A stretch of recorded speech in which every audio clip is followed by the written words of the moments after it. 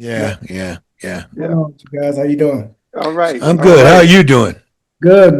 Can't complain, man. Yeah. Living Okay. sure. You look Great. good, man.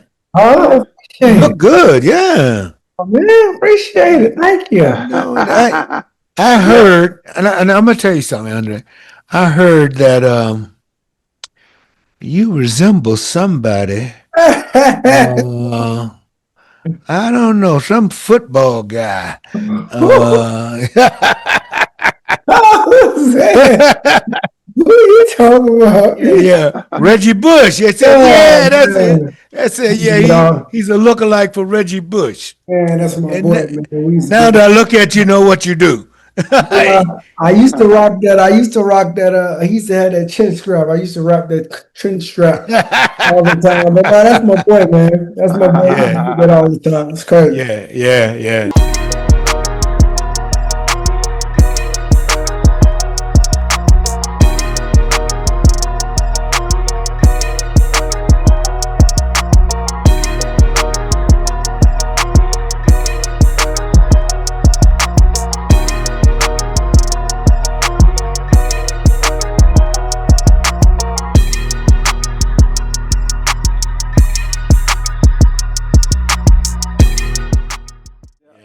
Well, listen, Berto, we are just thankful that you allowed yourself to come on our show, For sure. uh, the official call. And as you can see, the Birdman, Robert Bird, is my co-host. I see that. Mhm. And we got planning to have a good talk with you. Let's do it. And first, I'd like to just start with your early life because we know that you were a son of Haitian immigrants, Mhm. Yeah. and you are one of seven kids. Yes. To find out that you guys, there was a few other of your siblings that also got into contact sports. Yeah. Mhm. Mhm. We'd like you to share those early moments with our Yeah. Basically. fans. Basically. Of course, with my parents are two Haitian immigrant parents from Haiti. Of course, we grew up. Me myself, I was born in over Miami, raised in Central Florida, and it was tough for us growing up, man. I mean, we're the first generation. Um, like to be here, be born in the U.S. So we still grew up with a lot of Haitian slash American type of upbringing. Yeah. So it was a little bit of a rougher situation for us. My parents, I just remember growing up, they were picking fruit, they were working at it. My mom, she was a housekeeper. My dad, he worked, like I said, like plenty of jobs and we just had to scrape to really get by to try to make a way. Mhm. You understand? So for me, I got a chance to really see it, to really observe it, to really understand. I believe like a lot of kids, growing up, sometimes they don't really understand their parents' struggle. You know what I mean? Like I got Right. a chance to really see it and really understand it. They made a point that I understood, the struggle that they Yeah. were through. Yeah. Right. So I think that really, always gave me that determination, that motivation to try to be the one to try to help them in the circumstance. Right. Mhm. And I know that your dad, or it was mentioned that your dad was also involved in sports Yeah, and was apparently boxing the UFC. yeah. So my dad really, he kind of started off for us. My dad, I think he fought a UFC either three or four. So, Exactly. I mean, so I was hip to the mixed martial arts and the full contact like before it even came here to the States. You know what I Right. mean? Mm. Just growing up, he used to fly over to Japan and fight over there all the time Wow. Wow. when the mixed martial arts are over that way. Wow. And then, of course, the UFC came here, to the States. Like I said, we knew what the situation was. And just me, growing up, I was a little bit of a troubled kid. I was a little chubby too, so I didn't really like the kicking and that type of martial arts, right? So I Mhm.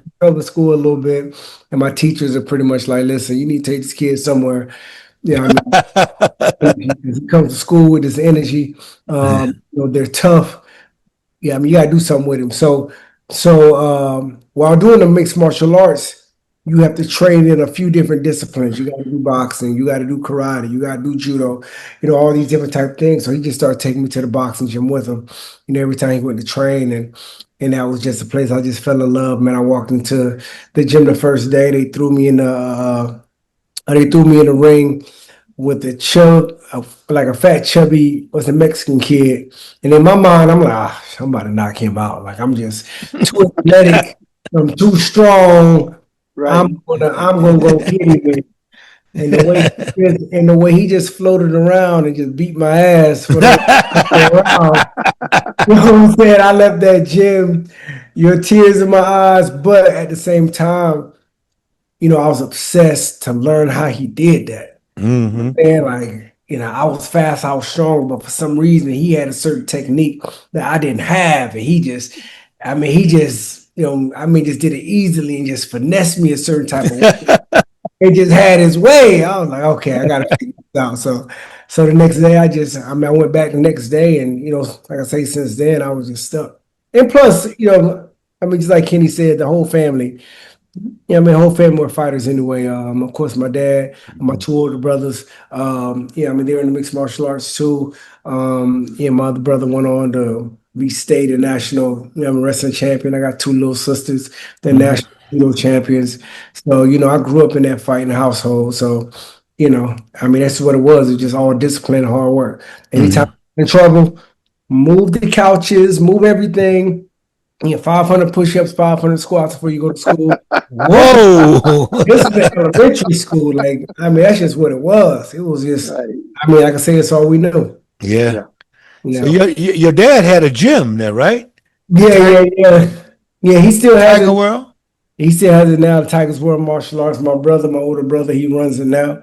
Yeah, so of course with all the jobs that he's had, he always had an entrepreneurial spirit. So he ended up, opening up a gym finally. I think it's almost been almost like probably 15 years now. Yeah, and it's been open now. He's had, countless of fighters, in and out that gym. So it's been dope. Yeah. Andre, you had a very impressive amateur career. Yeah. I'd like to read some of the highlights as you were an amateur. You won the bronze medal in 2003 as a world champion. You also was a two-time U.S. national Golden Gloves champion, a two-time national PAL. Now I'm going to ask you about PAL because I've never heard of a PAL champion, but a three-time U.S. amateur championship medalist, and you've won 22 state titles Yeah. in Florida. Yeah. 22 state Yeah. finals. Now, tell me first about PAL. The PAL National Championship, that was one of my favorite tournaments, man. Like Is the that PAL, right? because I don't know if they have it anymore. Do they have the PAL Nationals anymore? I was in the Really? amateurs for years. Yeah. I ain't never heard of it. That's why Really? I'm asking you. Yeah, Yes. the PAL was the Police Athletic League National Champion. Okay. Okay. And that was a tournament that just everybody can come to, any and everybody. You really didn't have to qualify for it. Right. Wherever it was at, it was in Vegas, it was in Florida, it was in New York. Any and everybody can come to it. It was one of the biggest tournaments at the time because, like I said, anybody can come to it. And Right. like I said, that was one of my favorite tournaments. I used to go to. I used to win it. Pretty much. I think I fought my first pal. I fought this kid named Juan Diaz. I remember a long time ago. Um, but I ended up winning a few of those national titles, and of course, I think I won two national Golden Gloves, and it just kept going from there. So I had a great time. I had a great time. Yeah, I had a great time in amateurs, man. With the amateurs, I ended up making the U.S. team when I was like 15 to 16. And that was my first time ever, like being able to get on a plane, because like I said, we didn't have much growing up. And when I put myself in a position to be, ranked number one in the country and I was 15, 16, I still remember it was like Christmas. So I was ranked number one. So I was ranked number one. I remember we had a big box that came to the house. And at the time, the USA wasn't a boxing program. They were sponsored by Adidas. And I remember I got a huge box that came to the door. And he just had my name on it. We didn't know what it was. We ripped it open. I had all of this fresh Adidas gear, fresh box and stuff, huge shirt. I said, Right. yo, me and Yeah. my brothers, like I said, me and my brothers, bro, like we were wearing this stuff to school like it was new clothes. Right. It Right. was crazy. Like Right. I said, we didn't have much of being able to see that and be able to have Right. brand new, name brand shoes, brand new name brand this and that. Ah, man, it just felt great. But that's when it really, that's what it really showed me. Like, man, this work that I'm doing is really starting to pay off. This is crazy, and it Yeah. really Yeah. was, just lit a few. I mean, just lit a fire up under me. Well, you was well deserving because in the amateurs, you the two of the name fighters that continued in their career going pro that you beat in the amateurs was Andre Berto, and you also beat Timothy Bradley Yeah, when me, you were in the amateurs. me and Tim used to go to war, man. We fought 3 times. I beat him all 3 times, but it was Right. Oh, all right, Tim. Remember that? No, but like I said, we used to go to war, man, and it was crazy because like I said, my dad was such a big, you know what I mean, like alpha male, big, strong guy, just very, had like this menacing face on him all the time. But Tim's dad was the same way. So every time we Right. go to these tournaments and it looks like we about to meet back up, I mean, of course, me and Tim used to kind of go at it, but him and I mean, like his dad and my dad, it was like two pit bulls. Like, all right, now we're gonna get you this time. It was crazy. It was crazy. It was crazy. But we, Yeah. like I Yeah. said, we had some good fights, and of course, Andre, the real good friend of mine as well, and Yeah. him, like I said, we had to get at it. Yeah. Twice. Yeah. yeah. Well, going to the 2004 Olympics, Yep. in the trials, you were favored Yep. as to win the trials and go to Olympics.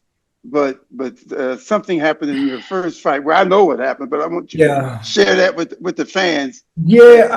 I mean, I was the favorite, but it was another kid named Juan McPherson. He was the favorite to win. He was a kid that was like my nemesis in amateurs. Like, I mean, a 6'2" southpaw from Cleveland, Ohio. Uh, Mm. right. and he was just really good. He's the only one that kept beating me every time we met up. Oh, I think we okay. fought twice, and he beat me twice. And I just knew that he was going to be that guy that I had to beat in the trial. So, Yeah. Right. um, Right. a good friend of mine, my boy, what's that, Winky Wright, Yeah, was in Wink. St. Wink, I mean, like I say, a good friend of mine, we spar a lot.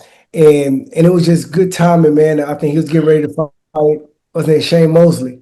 And he was like, listen, Berto, like you got to be my guy to help me get ready for this kid because like you're fast, you're strong, like I say, you're very explosive, and I need you. So I flew out to Houston with him and Jay Prince, and I sparred with Winky every day for 2 months to get him ready for Shane. And it was perfect. You know Perfect what I mean? match. Sparring for me, a southpaw, tall, rangy southpaw for me. So it was perfect, man. So I got in great shape. I went to the trials, felt like I was more than ready.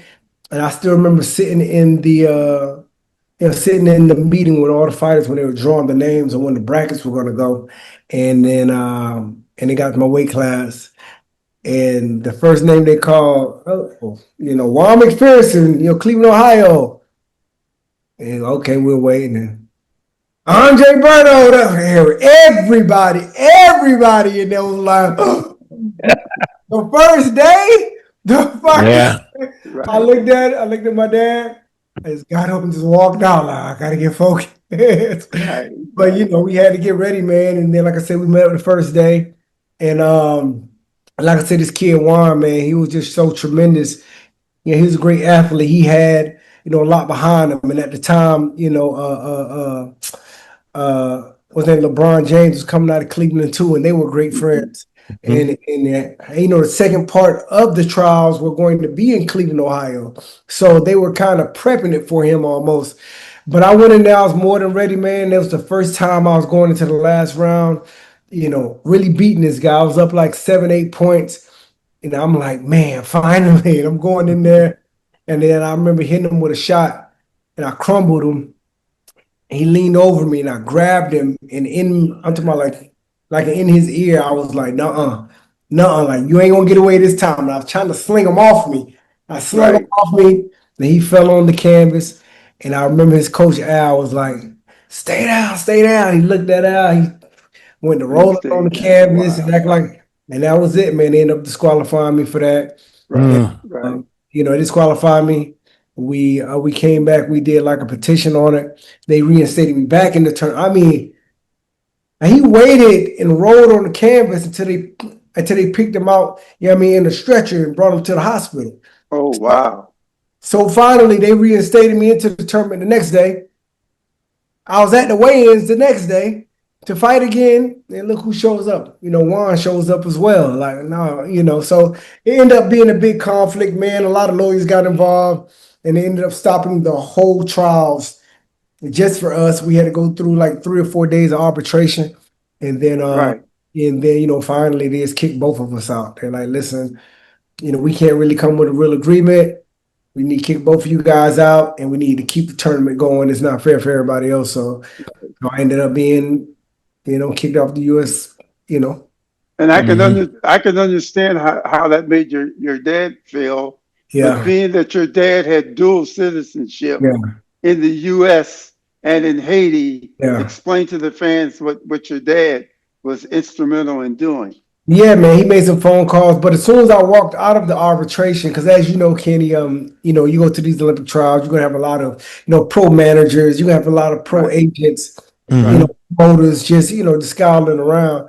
And I had a lot of them there to see me. And as soon as I walked out of the arbitration, I remember what's his name, Shelly Finkel. When he walked up, Yeah. Shelly walked up to me and he was like, listen, man, like all of us know you're gonna be a better pro than amateur. But have you ever thought about, fighting for Haiti at the Olympics? I'm like, no, I don't think Haiti has a team and da da da. He was like, man, I think you should look into that. And my dad was there. My dad hopped on the phone, made some, phone calls down that way. Of course, he has a lot of great people connected in the government on that side. And that year was the first year they was trying to take a team, Right. to the Olympic qualifier. And they Right. were more than happy to have me to come Super. on the team. So Mhm. Super. I ended up doing that and ended up going to Olympic qualifiers in Haiti. And the crazy thing about it is the first day, everyone on the Haitian team lost on the first day. Mm. But and they Wow. tried to disqualify me in the qualifiers because a lot of the fighters that I fought and that I was, knocking out from Colombia, Brazil, they're like, listen, okay, everybody in Haiti looks like trash. They're all losing, but this one kid. And they figured it out. They're like, nah, listen, he doesn't fight for Haiti. We remember fighting him in other tournaments, Oh, let's say for the right. US. Mhm. The paperwork, we need to get all this, and they tried to get me kicked out again, man. Wow. But for the grace of God, my pops, he made some phone calls. They made up, makeshift, what I mean, like birth certificate and all types of stuff. And they got it done and got it sent over like overnight Right. and it happened. Yeah. Yeah.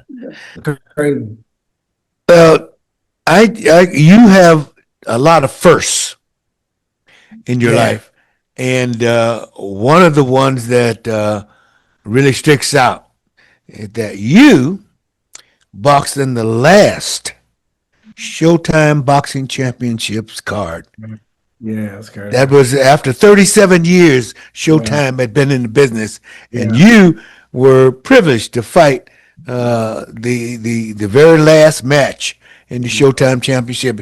Was you against Robert Guerrero, the Ghost, and that yeah, was a rematch. yeah, yeah, yeah. Yeah. Like I said, we tried to make it happen. I mean, of course, I've been out in the ring for a while, and I was like, listen, if I end up coming back, because I used to have a lot of phone calls from my man, what's his name, Al Heyman and a few others. Mm-hmm. They see me all the time. I always stay in shape. I'm always in the mix. They're like, listen, if you was to come back to have one more, who would you do it with? I'm like, listen, I'm 40 now. I'm 40, 41 now. If I come back, I'm gonna let these young boys do their thing, and I definitely love to, come back and probably scrap with somebody I took an L from. I came back and got, Victor Ortiz. A few of the other Hmm. guys already retired. Floyd retired. Sean Porter retired. And so Carras, and we didn't know, where he was, and we were able to find Guerrero, and I'm like, that's the only thing that really makes sense to me. Hmm. So like I said, we made it happen. Definitely Yeah. didn't feel, definitely felt like I was 40 or coming back in training camp, but Yeah. Yeah. it was just I was just trying to do it, man. I felt that it was a pleasure, that Mm. Short was able to try to get me on that last card. Yeah. Well, and the other thing is that you also were the last fight for Mr. Floyd Mayweather. Yeah, yeah, Yeah, yeah. Yeah. yeah, Yeah. yeah, yeah. Yeah. That was Which dope, which man. which I had the privilege to be in the ring Yes, with you Floyd There were. you Mayweather. go. Yes, you were, Kenny. Yeah. You Uh-huh. were definitely in there, man. It was man, it was definitely an experience, man. Of course, Kenny knows, man. Of course, just refereeing so many of his fights.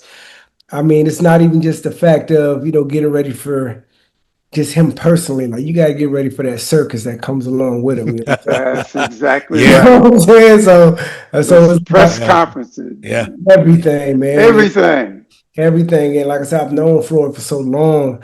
Um, since I was probably 16, 17 years old. He used to come watch me fight in the amateurs. Mhm. Um, like I said, he knew I was coming. But like I said, we always had a cool relationship. But like I said, yeah, I've watched him for so long. I already known his punching patterns. I know how he fights to a T. So it was really for me a training camp, of course, get in great shape, but you had to get yourself mentally ready for the circus that comes with him because we see a lot of guys, as you can be in the best shape possible, but as soon as you make that walk, mentally you can crack easily. Yeah, I mean Yeah, the atmosphere just for like I said, the cameras and Mhm. just a different type of crowd. You understand what I'm Yeah. saying? Yeah. So that was me, in camp. It was like, listen, I know Floyd. Like I personally know you, so I don't really care too much about Floyd. It's me getting ready for the atmosphere and the circus that's going to come with this. Yeah. So the whole camp, I was, of course, physically, I was in, I say amazing shape, but it was mainly the mental training I was doing over and over and over and over again to get ready for. But it was great. Yeah, but it's yeah. great that you bring that point out because a lot of people don't realize that, there's that other aspect of, especially when you're talking about fighting fights at that level, That's a you fact. know, That's can make a heck of a difference. Yeah, that's a Yeah. fact. I mean, like I said, yeah, I've been doing this for so long, and I've been able to exceed all my expectations on a lot of achievements, especially from where I come from. But I've seen so many guys that Hmm. have been, tremendous, tremendous gym fighters. But as soon as it's go time and those lights turn on, they're completely different people.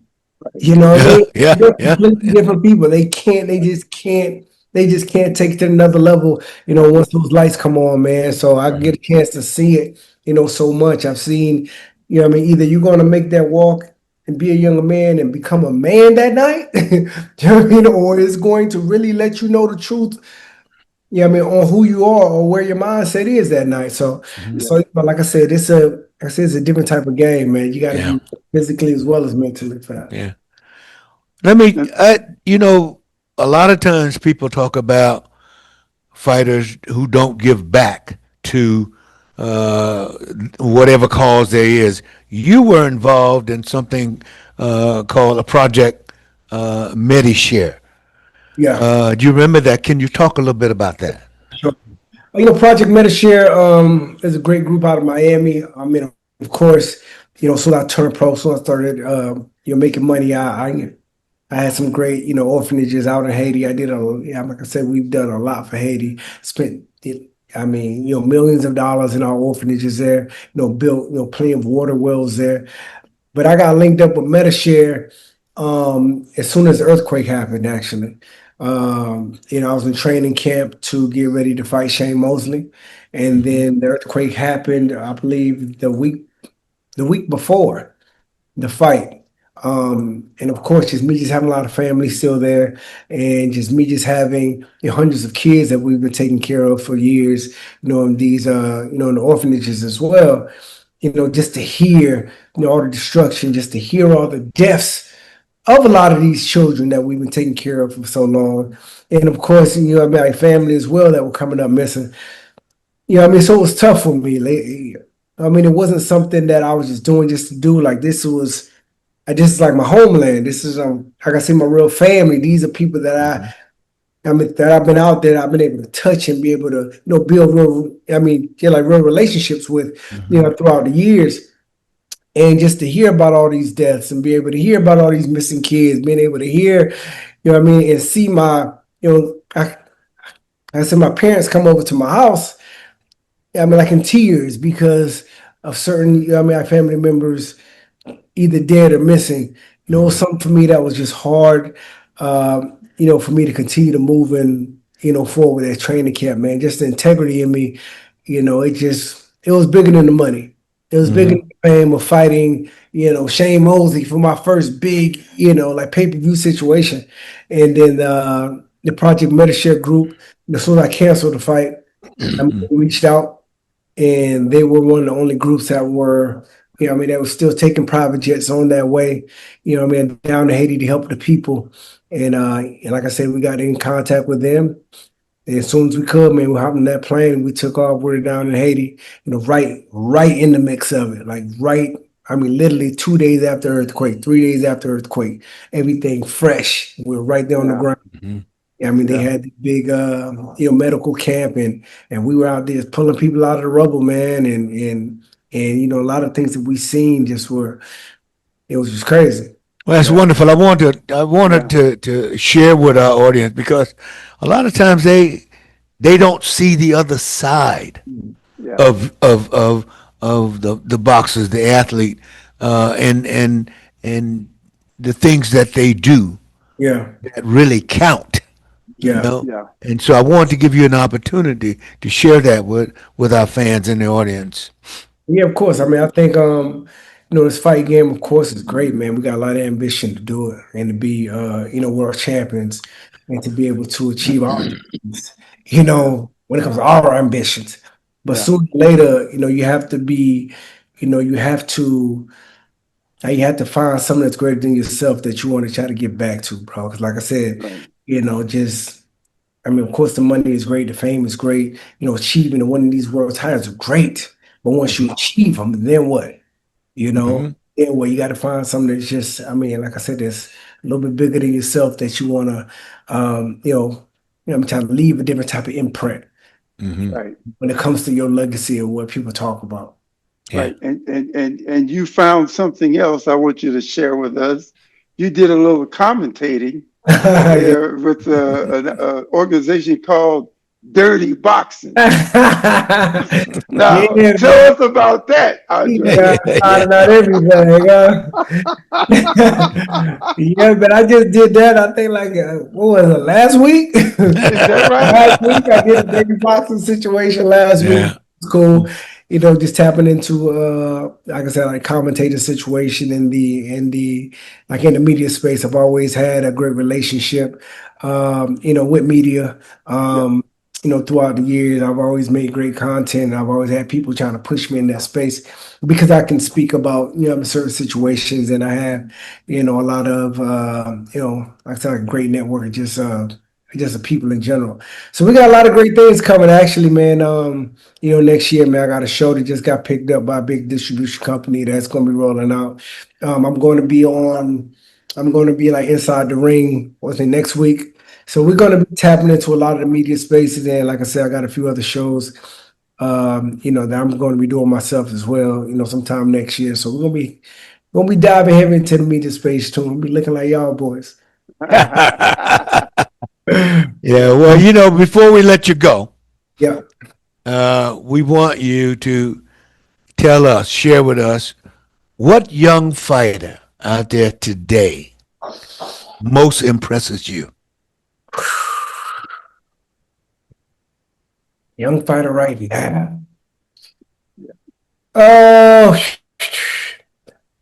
I mean, like I said, I like Shakur.